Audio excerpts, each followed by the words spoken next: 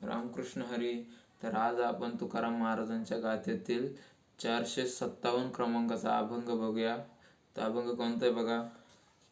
मडे झाकून या करीती पेरणी, कुणबियाची वाणी लवलाहो.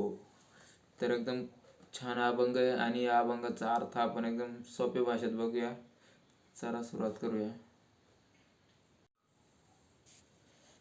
मडे झाकून या करीती पेरणी, कुणबियाची वाणी लवलाहो. तया परी करी स्वहित आपुले, जयासी फावले नरदेह. ओटीच्या परीस मुठीच्या ते वाढे, या परी कैवाडे सोहिताचे.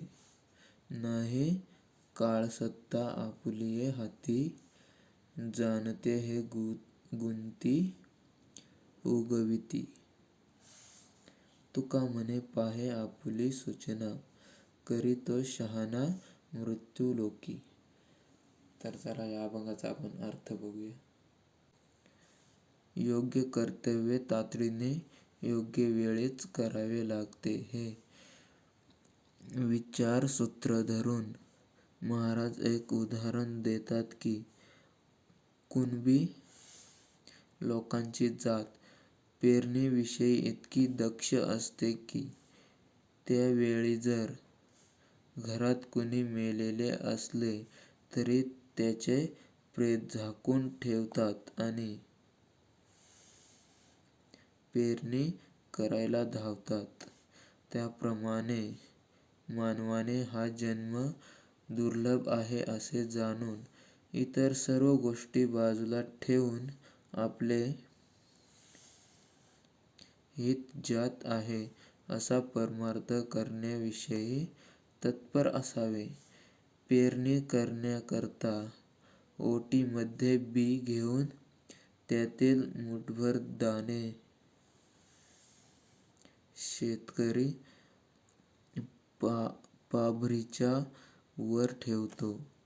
ते जमिनीत पडतात तेव्हा हातातील दाण्यापेक्षा ते अनेक पटीने वाढतात. त्याप्रमाणे आपले हित वाढेल याचा विचार कर. उशीर करू नको, कारण काळ केव्हा घाला घालील याचा नेम नाही. त्याच्या हातून वाचणे शक्य नाही असे ओळखून ज्ञानी लोक संसाराच्या गुंत्यातून आपली सुटका करून घेतात.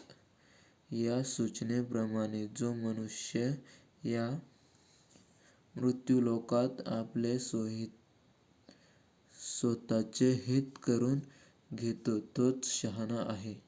बघा एकदम छान प्रकारे अर्थ सांगितलेला आहे. तर भेटूया पुढच्या अभंगात आणि अशाच अभंगासाठी सबस्क्राईब करा मित्रांनो.